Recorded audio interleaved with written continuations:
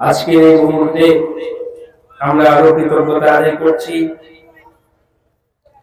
নয়াগাঁও সরকারি প্রাথমিক বিদ্যালয় মাঠ প্রাঙ্গণে ৩৯তম বার্ষিক ওয়াজ ও দোয়া মাহফিল অনুষ্ঠানে রব্বুল আলামিন আমাদেরকে সমবেত হওয়ার তৌফিক দান করেছেন।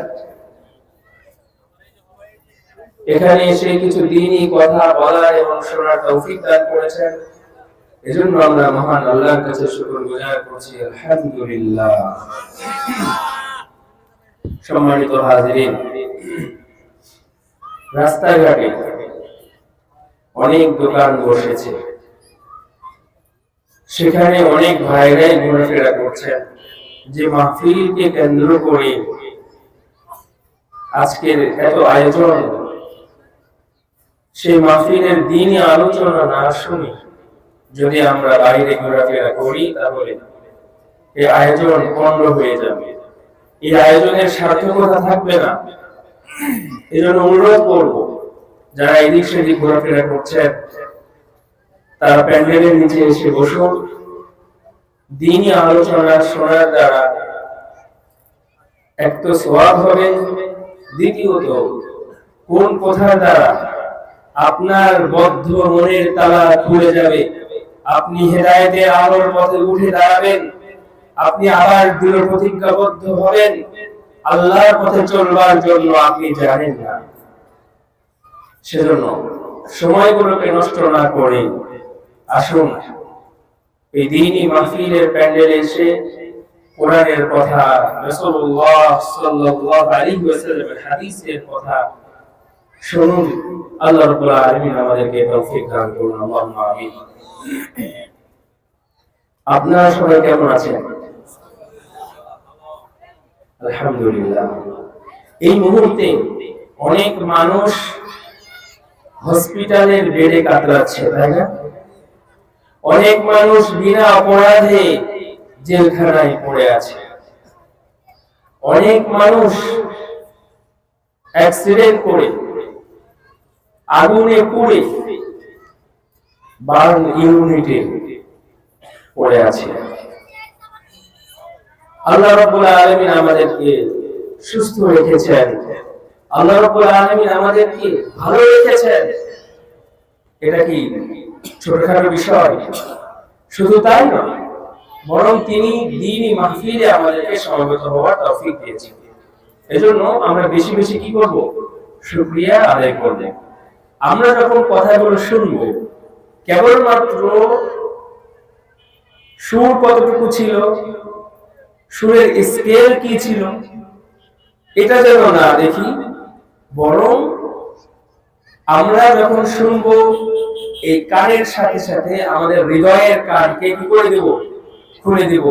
আমাদের নিয়তে শুনবো যে আল্লাহ, এখানে যে কথাগুলো আমি শুনবো তোমার কালাম থেকে, সেগুলো যেন আমি আমল করতে পারি, সেই তৌফিক আমাকে দান করো। শুনবো তো ইনশাআল্লাহ। আল্লাহ রাব্বুল আলামিন আমাদের উপরে একটা অনুগ্রহ করেছেন। রাসূলুল্লাহ সাল্লাল্লাহু আলাইহি ওয়াসাল্লামের ৩৫০ মুজিজা ছিল। সেই ৩৫০ মুজিজার মধ্যে সবচেয়ে বড় মুজিজা সেটা হচ্ছে আল কোরআন। কি ভাই? আল কোরআন। যে কোরআন রাসূলুল্লাহ সাল্লাল্লাহু আলাইহি ওয়াসাল্লামের উপরে নাযিল করেছেন আল্লাহ, সেই কোরআন পৃথিবীতে যতদিন থাকবে, অবিকৃত অবস্থায় থাকবে, এটাকে পরিবর্তন করার সাধ্য কারো নাই।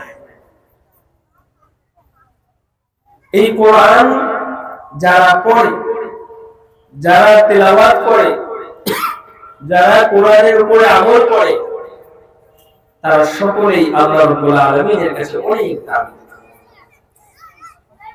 এই জন্য এই কোরআনের হক সম্পর্কে আমরা প্রথমত জানব, এরপরে আমি কথা বলবো পারিবারিক জীবন নিয়ে ইনশাআল্লাহ, আল্লাহ যদি আমাকে তৌফিক দান করে। কেন আমরা কথায় কথায় কোরআনের কথা বলি? যেই বক্তায় আসুক না কেন, তিনি কোরআন খুলে তিলাওয়াত করেন, যিনি বয়ান করছেন তিনি বলেন কোরআনের উপরে আসো। তো কোরআনের মধ্যে কি আছে সেগুলো আমরা ধীরে ধীরে জানবো ইনশাআল্লাহ। কোরআনের 5টা হক সম্পর্কে আগে জানি। কোরআনের হক কেন জানতে হবে? রাসূলুল্লাহ সাল্লাল্লাহু আলাইহি ওয়াসাল্লাম বলেন, আল কোরআন হুজ্জাতুন লাকা আও আলাইকা। কিয়ামতের দিন এই কোরআন হয় তোমার পক্ষে কথা বলবে অথবা তোমার বিপক্ষে কথা বলবে। পক্ষের দলিল হবে অথবা বিপক্ষে, কোরআন চুপ থাকবে না। তাহলে কোরআনের হক জানতে হবে। না হলে কোরআন যদি কিয়ামতের দিন আমার আপনার বিরুদ্ধে কথা বলে, তাহলে আমাদের বাঁচার সুযোগ আছে? সুযোগ নেই। কোরআনের 1 নাম্বার হক, কোরআনের ভেতরে যা আছে একেবারে শুরু থেকে শেষ পর্যন্ত আল্লাহ রাব্বুল আলামিন যা কিছু নাজিল করেছেন, এটা আমরা বুঝি আর না বুঝি, আমাদের সায়েন্সে, আমাদের বিজ্ঞানে এটা প্রমাণ করতে পারুক আর না পারুক, এটা মানুষের বুদ্ধি বিবেচনায় আসুক বা না আসুক, আল্লাহ যা বলেছেন এটা সত্য, এটার উপরে বিশ্বাস করা। 1 নম্বর হক কি? কোরআনের উপরে ঈমান আনা। আল্লাহ যা বলেছেন এগুলো সবই সত্য। কেউ যদি ঈমান না আনে তাহলে সে মুমিন না, সে ইসলাম থেকে খারিজ হয়ে যাবে। এটা কেন বলছি? কোরআনের অনেক বিধান আছে যেগুলো মানুষ বুঝতে পারে না। ইদানিংকালে একটা সমস্যা দেখা দিয়েছে, সেটা হলো আহলে কোরআন নামে আবার একটা দল বের হয়েছে। ইনারা আবার হাদিস মানেন না, বলে কোরআনে যা আছে এটাই মানি, আর কিছু মানি না। তাহলে কোরআনের মধ্যে নামাজের কথা আল্লাহ বলেছেন, কিন্তু কিভাবে নামাজ পড়বো এটা কি আছে? নামাজের মধ্যে সিজদা কয়টা দিব এটা কি কোরআনে আছে? রুকু কয়টা দিব? আসরের ওয়াক্ত কখন থেকে কখন হবে? এশার ওয়াক্ত কখন থেকে কখন হবে? এটা কি কোরআনে আছে? নামাজটাই তো পারবো না হাদিস ছাড়া। এরকম বহু বিষয় আছে। এটা একটা ফিতনা। বলার উদ্দেশ্য হলো আমরা কোরআনের উপরে বিশ্বাস স্থাপন করি, কোরআনে যা আছে সব মেনে নেই। কোরআনে কথাও বলা আছে আসমান যেমন 7টা, জমিন তেমন 7টা। এখন নিচের জমিন কয়টা এটা আমরা কি জানি? কোন বিজ্ঞান গবেষণা করে দেখেছে? কিন্তু আমি আর আপনি মুমিন হিসেবে বিশ্বাস করি আল্লাহ যেটা বলেছেন এটাই সত্য। বহু বিষয় আছে আমরা আমল করতে পারি না, আমরা দুর্বল ইমানের মানুষ, আমল করতে পারি না, এটা একটা বিষয়। কিন্তু যদি আমি সেটাকে অবিশ্বাস করি তাহলে আমার ঈমান শেষ। কিন্তু আমি বিশ্বাস করেছি, আমল করতে পারি না, আমি গুনাহগার, আল্লাহ চাইলে আমাকে মাফ করে দিবে, তওবা করলে আল্লাহ মাফ করে দিবে। সেজন্য 1 নাম্বার কথা কি? বিশ্বাস। যা বলেছেন আল্লাহ। ইদানিং ওই নাস্তিকদের মতো করে মানুষ কোরআনটাকে বিশ্বাস করতে আসে, বলে আল্লাহ কোরআনে এটা বলেছেন, এটা আসলে কেমন যেন হয়ে যায়, আল্লাহ কি এই ধরনের কথা বলতে পারে? এটা যুক্তিতে তো আসে না। অথচ আল্লাহ কোরআনের শুরুতে কি বলছেন? বিসমিল্লাহির রহমানির রহিম, আলিফ লাম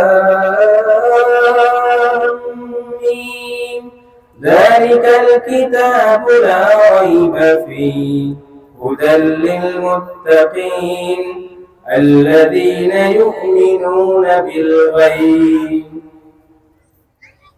আল্লাহ বললেন এই কোরআন যার মধ্যে কোনো সন্দেহ নেই, এটা মুত্তাকিদের জন্য হেদায়েত।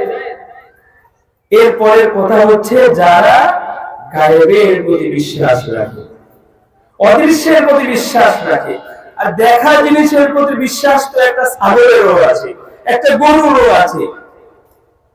আপনি যদি ছাগলকে পাতা দিয়ে ডাক দেন, খাবার দিয়ে ডাক দেন, সে আসবে। দেখা জিনিসের প্রতি জীব জন্তু পশু তাদেরও বিশ্বাস আছে। আল্লাহ বলেছেন যারা মুমিন হবে, মুত্তাকিদের ডেফিনিশনের 1 নাম্বার হচ্ছে আল্লাযীনা ইউমিনুনা বিল গায়ব, যারা গায়বের প্রতি বিশ্বাস রাখে। সাহাবীরা আল্লাহ রাসূলকে বলেছেন, ইয়া রাসূলুল্লাহ, এই আকাশের মধ্যে চাঁদ দেখি উঠে, মাঝখানে আসে, অনেক আলো হয়, আবার ডুবে যায়। এটা আসলে কি? ইয়াসআলুনাকা আনিল আহিল্লা কুল হিয়া মাওয়াকিতু লিন-নাস। তারা দেখেছে, কিছু জিনিস প্রশ্ন করেছে, আল্লাহর রাসূল যেভাবে উত্তর দিয়েছে সেভাবেই তারা বিশ্বাস করে নিয়েছে। এখন না এসে আমাদের বিজ্ঞান আবিষ্কার করেছে চাঁদ একটা গ্রহ, সেখানে যাওয়া যায়, এটা এইভাবে উঠানামা করে। কিন্তু আল্লাহ চাঁদকে বললেন ইয়া মাওয়াকিতু লিন-নাস, এটা হচ্ছে মানুষের জন্য সময় নির্ধারণ, ক্যালেন্ডার। এরকম বহু বিষয় আছে, ব্যাখ্যা করতে গেলে অনেক লম্বা হবে। এক নাম্বার কি বললাম, এই স্টাইলে বিশ্বাস করতে হবে আমাদেরকে, যা বুঝে আসে আর না আসে। আল্লাহ বলেছেন যদি মুত্তাকি হন, এক নাম্বার ডেফিনিশন হচ্ছে গায়েবের উপর বিশ্বাস রাখতে হবে। সুতরাং কোরআনে যা আছে এর উপরে আমরা কি করব? ঈমান আনব। দুই নাম্বার, এই কোরআনকে শুদ্ধভাবে তেলাওয়াত শিখতে হবে, তেলাওয়াত করতে হবে। এটা কোরআনের হক। কোরআনের হক হচ্ছে কোরআন শুদ্ধ করে আপনি শিখবেন এবং তেলাওয়াত করবেন। এই যে সামনে রমজান মাস আসছে, সুবর্ণ সুযোগ। আমাদের মধ্যে অনেক বিজনেসম্যান আছেন, ব্যবসায়ী আছেন, লক্ষ কোটি টাকার মালিক, হাজার হাজার টাকার মালিক, লক্ষ লক্ষ টাকার মালিক, কোটি কোটি টাকার মালিক। 60 বছর 70 বছর হয়ে গেছে, কিন্তু তিনি 10টা সূরা শুদ্ধ করে পড়তে পারেন না। আল্লাহর কাছে কি জবাব দেব আমরা? এজন্য সম্মানিত হাজিরিন, আমাদেরকে কোরআন শুদ্ধ করে পড়তে হবে, এটা কোরআনের হক। যদি আমি না পড়ি, কোরআন আমার বিরুদ্ধে, আপনার বিরুদ্ধে আল্লাহর কাছে বিচার দিবে। কোরআন প্রতিদিন অল্প অল্প করে তেলাওয়াত করতে হবে। যারা তেলাওয়াত করতে পারি 20 মিনিট 25 মিনিট আধা ঘন্টা তেলাওয়াত করতে হবে। কারণ কি? মুসলিম শরীফের হাদিস, আল্লাহ রাসূল সাল্লাল্লাহু আলাইহি ওয়াসাল্লাম বলেছেন ইকরাউল কোরআন, তোমরা কোরআন পড়ো, ফাইন্নাহু ইয়াতি ইয়াউমাল কিয়ামাহ, কেননা এই কোরআন কিয়ামতের দিন তার পাঠকারীর জন্য সুপারিশকারী হিসেবে আল্লাহর কাছে দাঁড়াবে। আপনারা রমজান মাসে অনেক হাদিস শুনেন, আমি আসলে এটা লম্বা করতে চাচ্ছি না। দুই নাম্বার হক কি বললাম কোরআনের? জোরে বলেন। কোরআন শুদ্ধ করে তেলাওয়াত শিখতে হবে এবং তেলাওয়াত করতে হবে। তিন নাম্বার হক, কোরআনের অনুবাদ শিখতে হবে, তরজমা শিখতে হবে। আপনি বললেন রব্বানা আতিনা ফিদ দুনিয়া হাসানা ওয়া ফিল আখিরাতি হাসানা ওয়া কিনা আযাবান নার। আল্লাহ এই দোয়া শিখিয়ে দিয়েছেন, কোরআন কারীমে শিক্ষা দিয়েছেন, একটা কম্প্রিহেনসিভ দোয়া, সামগ্রিক দোয়া। এই দুই লাইনের মধ্যে আল্লাহ নিয়ে এসেছেন। আপনি পড়ছেন, আজকে আপনার বয়স 40 বছর 50 বছর, আপনি জানেন না যে রব্বানা আতিনা ফিদ দুনিয়া মানে। আপনি আলাম তারা থেকে শুরু করে সূরা নাস পর্যন্ত সূরাগুলো দিয়ে নামাজ পড়ছেন, কিন্তু কোনোদিন অনুভব করলেন না যে আপনার অন্ততপক্ষে এই 10টা সূরার অনুবাদ শিখে আপনার নামাজটা পড়া দরকার ছিল কি ছিল না? দরকার ছিল না? আমরা যদি জিজ্ঞেস করি সুবহানাল্লাহ মানে কি, জানি না। আউযু বিল্লাহি মিনাশ শাইতানির রাজিম মানে কি, জানি না। এটা আমাদের দুর্ভাগ্য। এজন্য সম্মানিত হাজির, 3 নাম্বার হক হচ্ছে কোরআনের অনুবাদ পড়া, সিরিয়াল বাই সিরিয়াল। একজন মানুষ কোরআন তেলাওয়াত শিখে নাই, উনি অনুবাদ পড়ে পড়ে এখন বলতেছেন অনুবাদটা আগে শিখতে হবে, তেলাওয়াতটা পড়ে। মজা পেয়ে গেছেন, কিন্তু আপনাকে সিরিয়ালে আসতে হবে। 4 নাম্বার হলো কোরআনের উপরে নিজে আমল করা, নিজের জীবনকে নিয়ে আসা, পরিবারের মধ্যে কোরআন নিয়ে আসা। কারণ কি?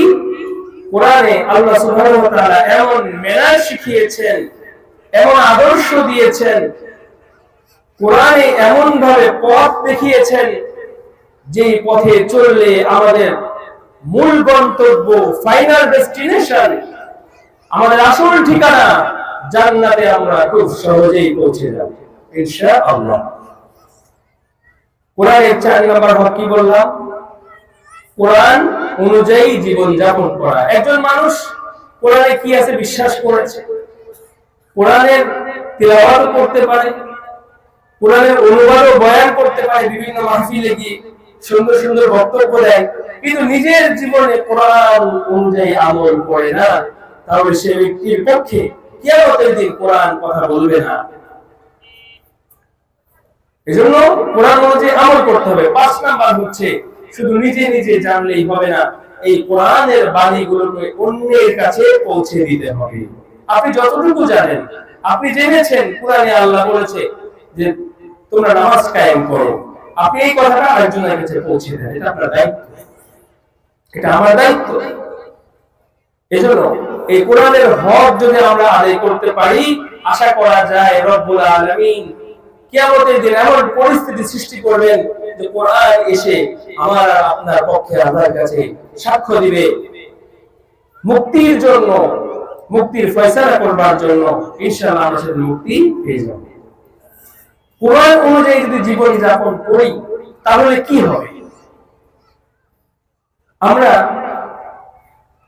সূরা নাহলের দিকে যদি দেখি, 97 নম্বর আয়াত, সূরা নাহলের 97 নম্বর আয়াত, আল্লাহ সুবহানাহু ওয়া তাআলা বলেন, মান আমিলা সালিহান মিন যাকারিন আও উনসা ওয়া হুয়া মুমিন ফালানুহইয়ান্নাহু হায়াতান তাইয়্যিবা। কোন বান্দা যদি ঈমান আনার পরে সৎকর্ম করে, চাই সে নারী হোক কিংবা পুরুষ হোক, কোরআন অনুযায়ী যদি জীবন যাপন করে, আমি তাকে শান্তির জীবন দান করব, পবিত্র জীবন দান করব। অন্যদিকে আল্লাহ সুবহানাহু ওয়া তাআলা সূরা তাহা আয়াত নম্বর 124 সেখানে উল্লেখ করেছেন, ومن أعرض عن ذكري فإن له معيشة ضنكا ونحشره يوم القيامة أعمى قال رب لم حشرتني أعمى وقد كنت بصيرا قال كذلك أتتك آياتنا فنسيتها وكذلك اليوم تنسى। একেবারে স্পষ্ট, কোনো ব্যাখ্যাই দরকার নাই আয়াতগুলো, শুধু অনুবাদ শুনলে আপনি বুঝে যাবেন। সূরা নাহলের 97 নম্বর আয়াতে আল্লাহ বললেন যে আমলে সালিহাত করবে, ঈমান আনবে। আমলে সালিহাত মানে হলো কোরআন অনুযায়ী জীবন যাপন করা, কোরআনে আল্লাহ যা নির্দেশ দিয়েছেন সেগুলো পালন করা, যা নিষেধ করেছেন তা থেকে বিরত থাকা। আল্লাহ বলেন তাকে আমি হায়াতে তৈয়বা দান করব। হায়াতে তৈয়বা মানে কি? এই এলাকায় কিংবা ঢাকা শহরে 5 তলা বিল্ডিং থাকা, লক্ষ কোটি টাকার মালিক হওয়া, এগুলো তো আসবাব, এগুলো সুখের সরঞ্জাম, এগুলোর মধ্যে কোনো সুখ নেই। সুখের সরঞ্জামের মধ্যে যদি সুখ থাকতো তাহলে আজকে যারা কোটি কোটি টাকার মালিক তারাই সুখী হতো। কিন্তু বাস্তবতা হলো তাদের কাছে চাকচিক্য আছে, দামি গাড়ি আছে, বিলাসবহুল গাড়ি এবং বড় বড় ফ্ল্যাট কিংবা বাড়ির মালিক তারা, কিন্তু হৃদয়ের মধ্যে শুধু আগুন জ্বলছে। কারণ কি?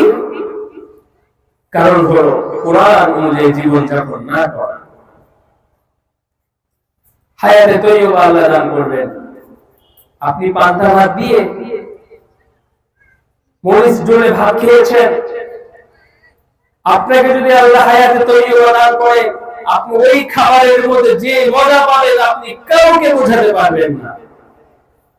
আল্লাহ যদি আপনাকে হায়াতে তৈয়বা দান করেন, আপনার স্ত্রীর দিকে তাকিয়ে, আপনার সন্তানের দিকে তাকিয়ে আপনি এমন প্রশান্তি লাভ করবেন যেটা পৃথিবীর কাউকে আপনি বলে বোঝাতে পারবেন না।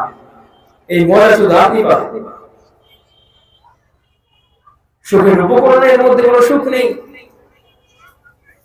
আমরা শুধু সুখের উপকরণ জোগাড় করতে পারি, অ্যাচিভ করতে পারি, নরম বিছানা, এয়ার কন্ডিশন এগুলো লাগাতে পারি, কিন্তু ঘুম কোথা থেকে আসবে? ঘুম তো দিবেন আল্লাহ।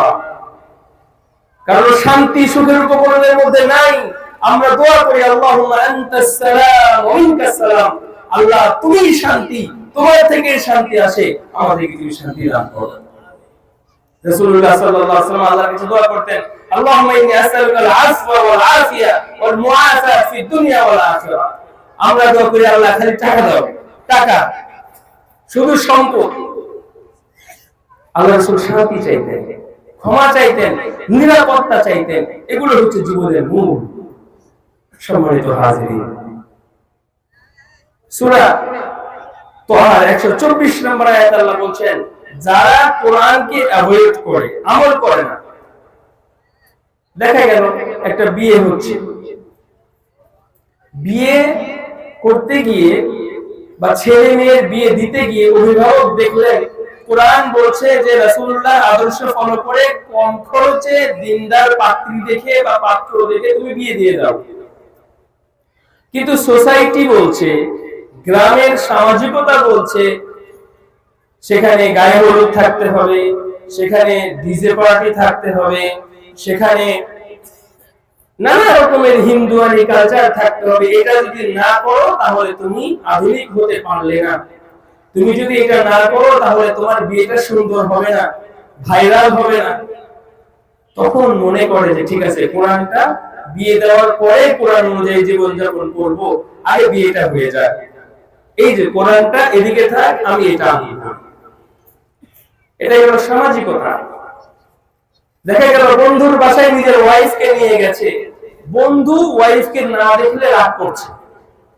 এখন বন্ধুকে বেপরদা করে নিজের ওয়াইফকে দেখায় বন্ধুকে খুশি করছে, যে এটা হলো বন্ধুর আন্তরিকতা রক্ষা করতে গিয়ে আমার করা লাগছে।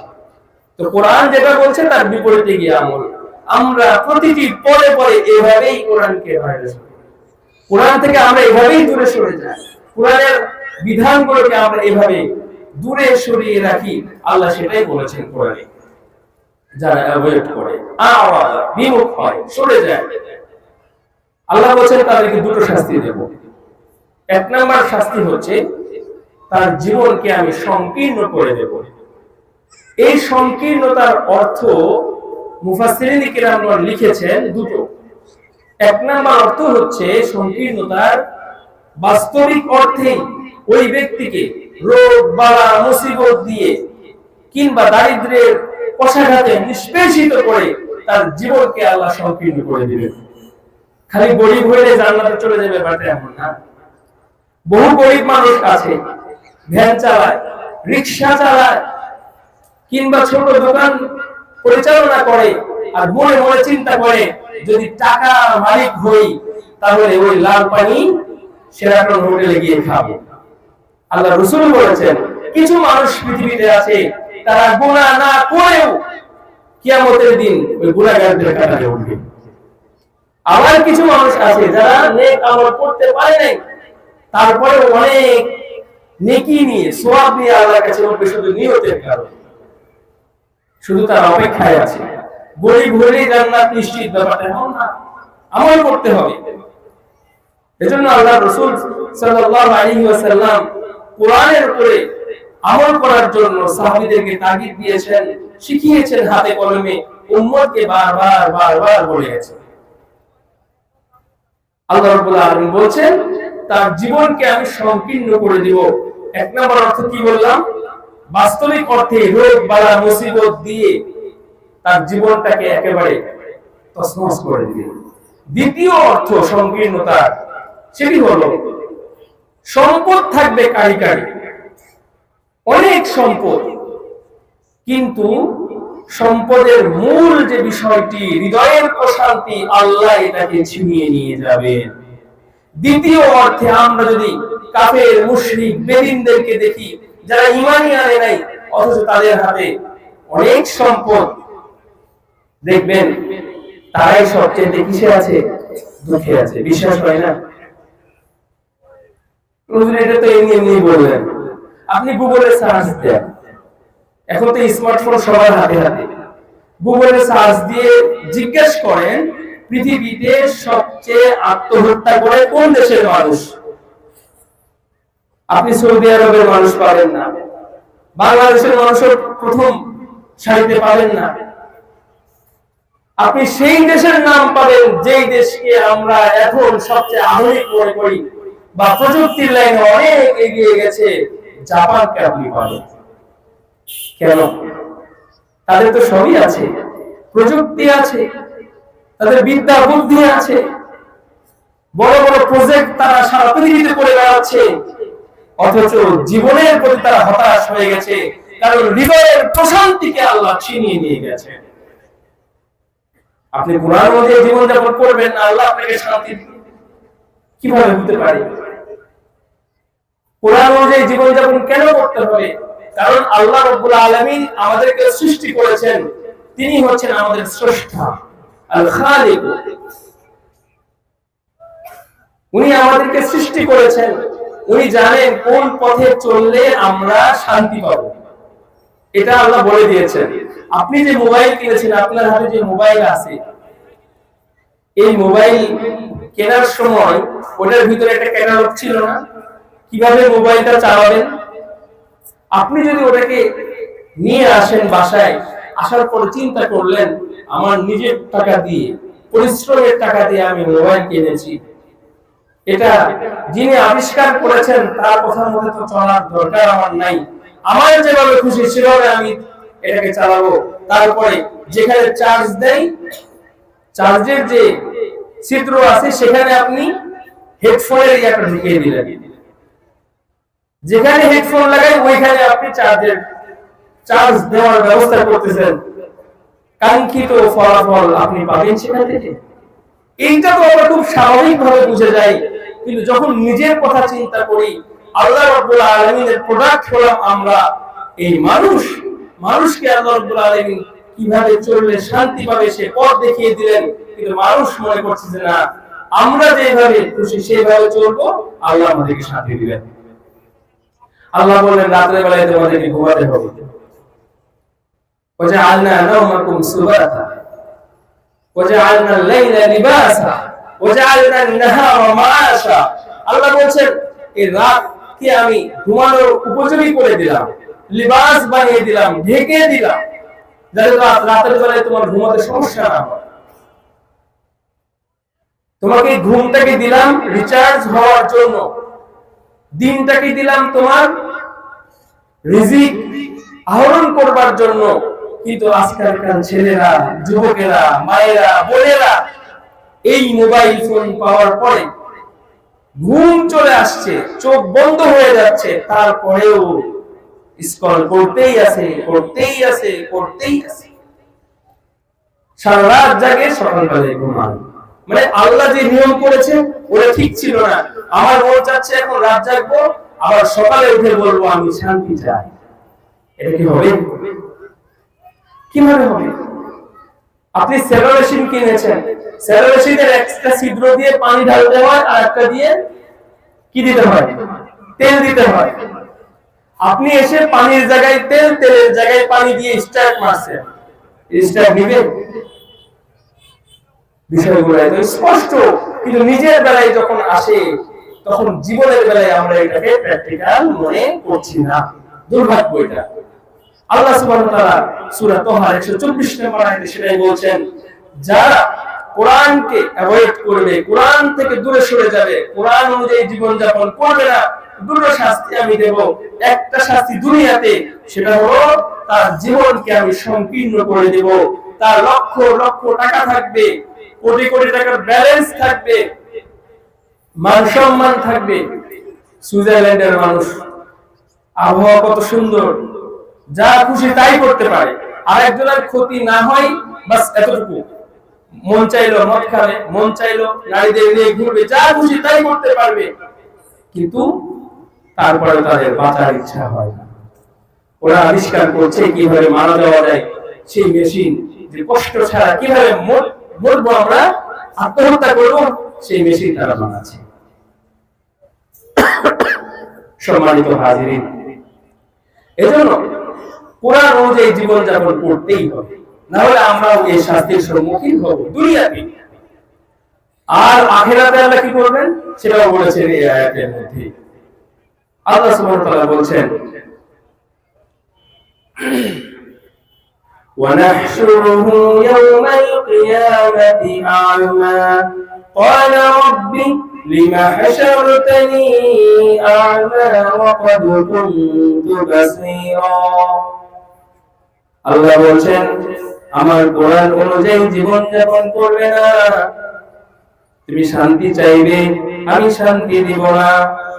শান্তি তো সুখের উপকরণের মধ্যে নেই, শান্তি আমার পক্ষ থেকে আসে, আমার নাম হচ্ছে সালাম, আমি শান্তি দিয়ে থাকি।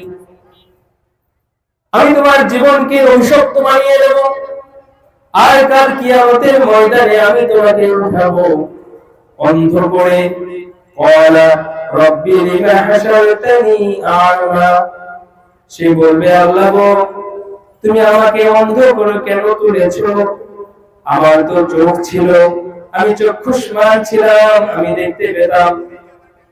ওয়াকাদ কুনতু বাসীরা, আমার চোখ ছিল, দুনিয়াতে আমি চোখ দিয়ে দেখতাম। ক্বালা কাযালিকা আতাতকা আয়াতুনা ফানাসীতাহা ওয়া কাযালিকা আল-ইয়াওমা তুনসা। আল্লাহ জবাব দিবেন বান্দা তোমার কাছে দুনিয়াতে আমার আয়াতগুলো গিয়েছিল, আমার কোরআন তোমার কাছে পৌঁছেছিল, কিন্তু তুমি কোরআনকে ভুলে গিয়েছো। আজকের ভয়াবহ দিনে কিয়ামতের ময়দানে বিভীষিকাময় মুহূর্তে যখন তোমার কেউ নেই আমি ছাড়া, সেই মুহূর্তে আমি তোমাকে ভুলে গেলাম। নাউযুবিল্লাহ। কিয়ামতের দিন, কিয়ামতের দিন আল্লাহ যদি আমাদেরকে এই কথা বলেন যে আমি তোমাকে ভুলে গেলাম, তাহলে আমাদের বাঁচার কোনো আশা আছে, উপায় আছে? সম্মানিত হাজিরিন, এই জন্য যখনই আমরা শুনি কোরআনের আয়াত বা কোরআনের বাণী, আমরা পণ করব যে আমাদেরকে এই আয়াতের উপরে আমল করতেই হবে, করতেই হবে ইনশাআল্লাহ। কোরআন অনুযায়ী জীবন যাপন না করি, দুনিয়াতেও অশান্তি, আখিরাতেও শাস্তি। এজন্য আল্লাহ রাব্বুল আলামিন কোরআন অনুযায়ী জীবন যাপনের জন্য সরাসরি নির্দেশ দিয়েছেন। আপনি দেখেন আমার আগের বক্তা তিনি বয়ান করতেছিলেন সূরা লুকমান থেকে, আমি সেই রেশ টেনেই শেষ করে দেব। সেটা হলো সূরা লুকমান কোরআনুল কারীমের 32 নম্বর সূরা। কত নম্বর সূরা জোরে বলেন সবাই? 32 নম্বর সূরা। এখানে 32 বছর বয়সে বাবা হয়ে গেছেন এমন অনেকেই আছে। 32 বয়সটা এমন যে তিনি যদি 22-এ বিয়ে করেন তাহলে 32-10 বছর পরে তার একটা 7 বছরের কি থাকবে? সন্তান থাকবে। 7 বছর থেকে সন্তানকে নামাজ শিক্ষা কি দিয়েছেন? রাসূলুল্লাহ সাল্লাল্লাহু আলাইহি ওয়াসাল্লাম নির্দেশ দিয়েছেন 7 বছর বয়স থেকে সন্তানকে শিক্ষা দিতে হয়। তাহলে সূরা নাম্বার হলো 32, যে বয়সে মানুষ কি হয়ে যায়? বাবা হয়। এই 32 নাম্বার সূরা 13 থেকে 19, কত নাম্বার বললাম? 13 থেকে 19, ডাক্তারদের ভাষায় এটাকে টিনেজার বলা হয়, বয়সন্ধিকাল। এই বয়সে বাচ্চারা কি হয়? একটু এলোমেলো হয়। 13 থেকে 19-এ বাচ্চাদের এমন সমস্যা হয় যে তারা নিজেরাও বুঝে না কি হয়েছে, লেখাপড়া করতে মন চায় না, খারাপ বন্ধুদের পাল্লায় পড়ে নষ্ট হয়ে যায়। আল্লাহ রাব্বুল আলামিন 32 নাম্বার সূরায় গিয়ে কেমন যেন সকল বাবাদেরকে বলতেছেন 13 থেকে 19 বছর বয়সে তোমার সন্তানদেরকে তুমি কি শিখাবে, কি শিক্ষা দিবে? 13 থেকে 19 সূরা লুকমানের আমাদের প্রত্যেক বাবার জানা উচিত এবং প্রত্যেক সন্তানকে সেই শিক্ষাটা দেওয়া উচিত। আমি বলতাম কিন্তু আমার সময় শেষ হয়ে গেছে।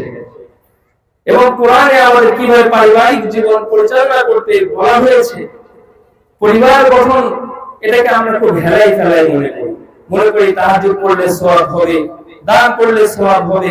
কেউ কোনদিন ভেবেছেন স্ত্রীর সাথে বসে গল্প করলে সওয়াব হবে? স্ত্রীরা কিভাবে শবে বরাতের রাতে যে কত আমল করেছে, সেই স্ত্রী যদি স্বামীর সাথে হেসে কথা বলে, স্বামীর সাথে ভালো ব্যবহার করে, তার কত সওয়াব হবে? এগুলো নিয়ে তো চিন্তা করে না, কষ্টকর আমলের দিকে যায়। কিন্তু পরিবার হচ্ছে এমন একটি বিষয় যে মুসলমানদের প্রথম শিক্ষা এই পরিবার থেকে শুরু হয়। সেজন্য সম্মানিত হাজিরিন, আমি এই আবেদনটুকু রেখে শেষ করে দিচ্ছি। 32 নম্বর সূরার 13 থেকে 19 নম্বর আয়াতের তরজমাগুলো অন্তত পক্ষে একবার হলেও পড়বেন, পারত পক্ষে এটাকে অনুবাদগুলোকে টানিয়ে রাখবেন ঘরের মধ্যে, যাতে আপনার সন্তানরা শিখে। আল্লাহ রাব্বুল আলামিন কোরআনের 5টা হক যা বলেছি তার উপরে আমাকে এবং আপনাদের সকলকে আমল করার তৌফিক দান করুন, কোরআন অনুযায়ী জীবনযাপনের তৌফিক দান করুন। আল্লাহুম্মা আমিন।